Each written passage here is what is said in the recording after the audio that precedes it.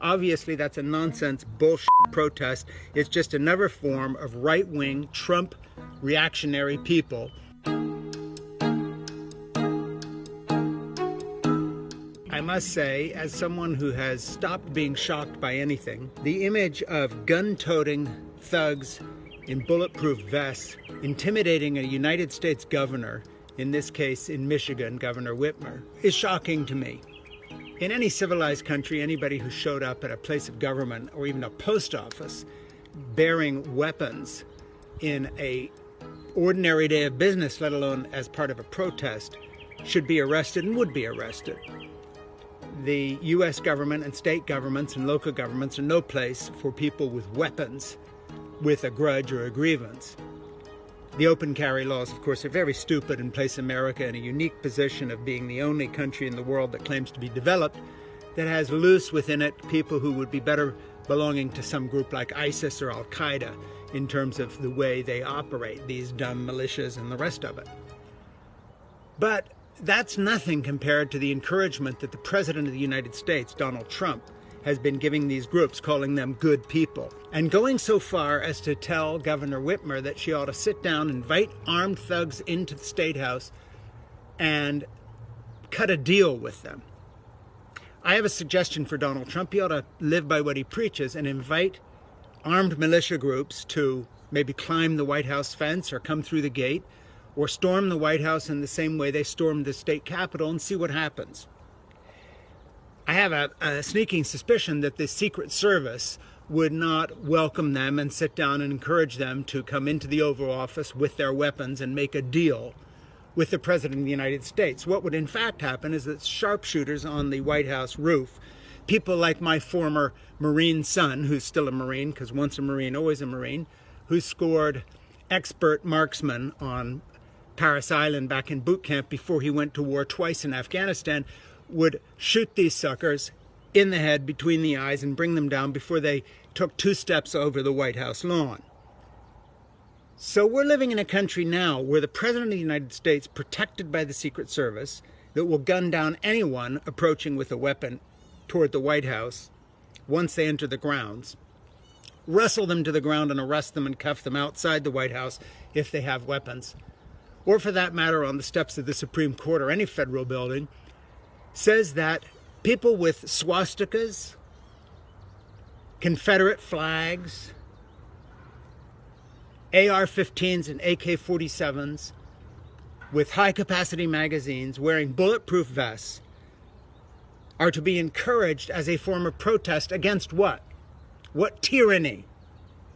The tyranny of trying to keep people alive in a lockdown.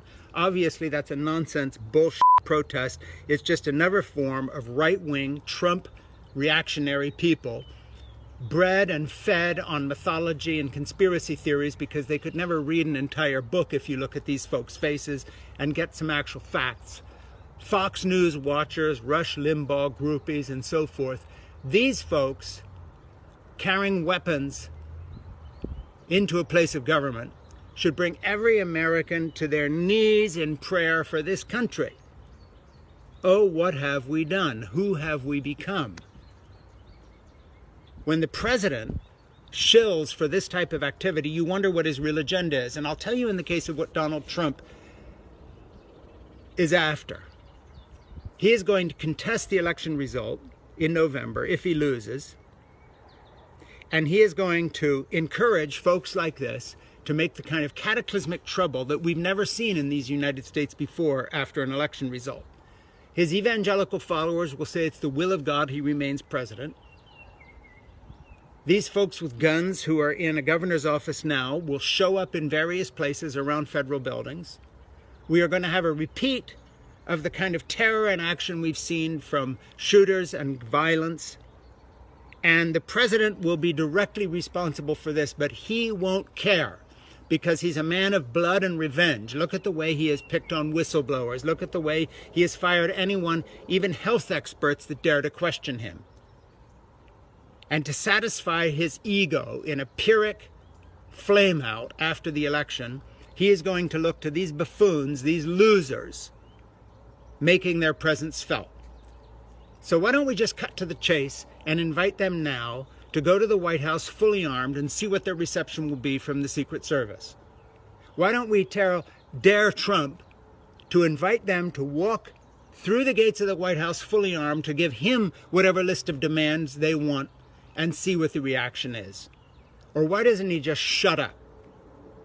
Since obviously he would be in terror and be shepherded into some safe room immediately, because there would be nothing standing between him and the very chaos and thuggery that he has helped unleash.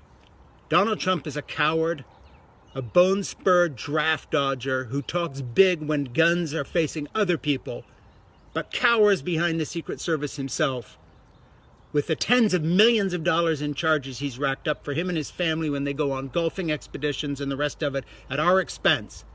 But when it comes to an elected representative is willing to unleash this type of chaos, that is the impeachable offense.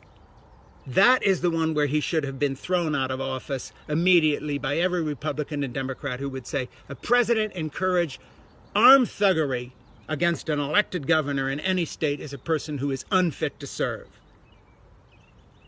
Thank you. My name is Frank Schaefer.